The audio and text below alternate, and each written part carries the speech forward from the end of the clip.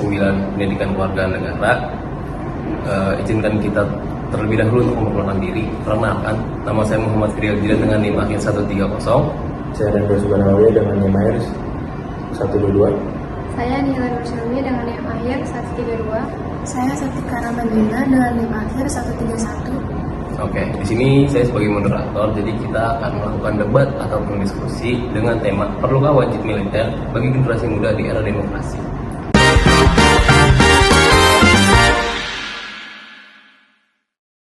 Kita mulai terlebih dulu dari kelompok pro.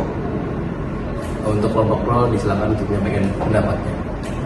Baik, menurut saya wajib militer penting diterapkan bagi generasi muda karena dapat membentuk disiplin, tanggung jawab, dan rasa cinta tanah air.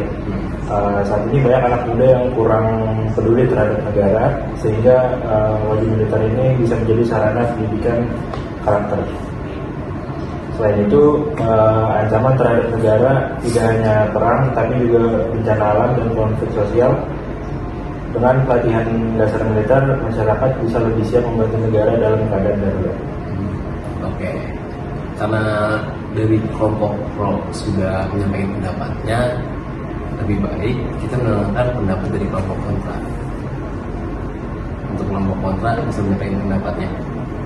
Oke, kalau misalkan menurut saya sendiri, saya merasa itu kontra. Kenapa? Karena kurang setuju kalau misalkan wajib militer itu diterapkan. Karena Indonesia itu adalah negara demokrasi yang menghargai hak dan kebebasan warga negara. Tidak semua orang memiliki kemampuan fisik atau minat di bidang militer. Menurut saya juga, selain itu biaya pelaksanaan itu wajib militer juga sangat besar. Anggaran negara lebih baik digunakan untuk pendidikan, kesehatan, dan pengembangan teknologi. Nah, kalau generasi muda tidak dibekali pelatihan bela negara, bagaimana jika suatu saat negara menghadapi ancaman yang serius? Kalau menurut kita, ancaman saat ini tuh lebih banyak yang mengarah berupa ancaman digital, hoax, narkoba, dan cybercrime. Hal tersebut tuh nggak harus dihadapi dengan pelatihan militer, tapi dengan cara kita memberikan pendidikan dan keterampilan teknologi. Tapi kemampuan fisik dan mental kan tetap penting nih. Wajib militer dapat melatih kerjasama, disiplinan, dan kepemimpinan yang berguna dalam kehidupan sehari-hari. Karakter disiplin itu juga bisa dibentuk melalui pendidikan, organisasi, dan kegiatan sosial tanpa harus melalui sistem militer yang disebut wajib.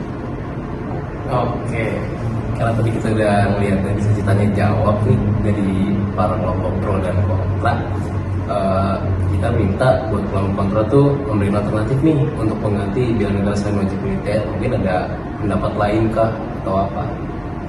Kalau misalkan menurut kita, itu ada banyak ya sebenarnya bentuk bela negara secara non-fisik selain dari wajib militer tadi, kayak misalnya membayar pajak tepat waktu, terus kita menjaga persatuan dan toleransi sesama masyarakat. Lalu ada juga dengan cara kita mengikuti kegiatan sosial, menjaga lingkungan, dan tidak menyebarkan hoax atau berita palsu. Nah, generasi muda juga bisa berkontribusi melalui prestasi akademik, inovasi teknologi, dan membantu masyarakat. Itu juga bentuk cinta terhadap negara. Oke, tadi kan dari kelompok kontra ini menyebutkan kalau membayar pajak untuk mendapat opsi lainnya ya.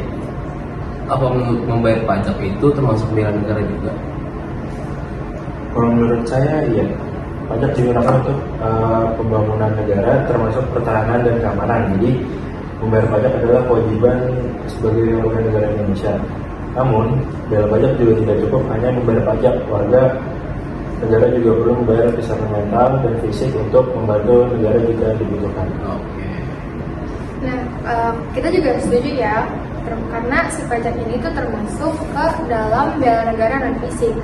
Karena dengan pajak, negara tuh bisa membangun sekolah, bisa membangun rumah sakit, jalan yang lebih bagus, dan juga fasilitas umum yang bermanfaat bagi masyarakat itu sendiri. Menurut kita juga di era modern ini kontribusi intelektual dan sosial itu lebih dibutuhkan daripada kewajiban militer untuk semua orang. Tapi kalau nggak ada pelatihan bela negara, generasi muda bisa menjadi kurang disiplin dan menjadi individualisme. Iya sih, kayak emang ada kemungkinan hal itu bisa terjadi. Tapi saya juga nggak yang percaya sepenuhnya, karena disiplin itu bukan cuma bisa dibentuk dari yang kayak Rendra bilang, tapi disiplin juga itu bisa dibentuk melalui banyak siswa aktif yang di organisasi, di dalam organisasi. Jadi kayak dari kegiatan sosial yang diikuti, terus organisasi-organisasi yang diikuti itu secara gak langsung bisa membentuk dia menjadi masyarakat yang disiplin. Betul.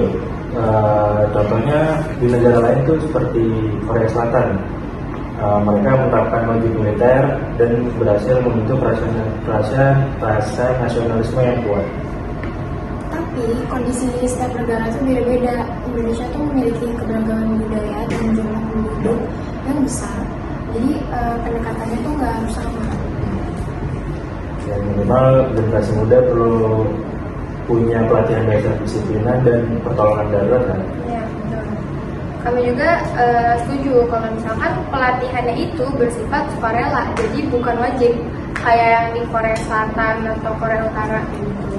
Nah, dengan melakukan itu, hak individu itu tetap dihormati, jadi dilakukan itu bukan dengan cara memaksa gitu.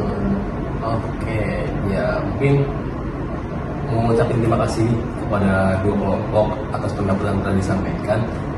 Dari debat yang dapat sampaikan, yang dapat saya simpulkan bahwasannya yang pertama, kelompok menilai militer wajib militer penting untuk membentuk disiplin, nasionalisme dan kesiapan menghadapi ancaman negara. Yang kedua, kelompok dari kontra ini dapat menilai bela negara dilakukan melalui cara non fisik seperti pendidikan, pajak, kegiatan sosial dan kontribusi teknologinya. Yang ketiga, untuk membayar pajak itu dapat golongan sebagai bentuk bela negara non fisik karena membantu pembangunan dan keberlangsungan untuk negara selanjutnya. Mungkin pada debat kali ini semoga bisa mendapat wawasan untuk mengenai pentingnya bela negara di era demokrasi, teman-teman semua. Mungkin itu aja dari kita. Kurang lebihnya mohon maaf. Wassalamualaikum warahmatullahi wabarakatuh.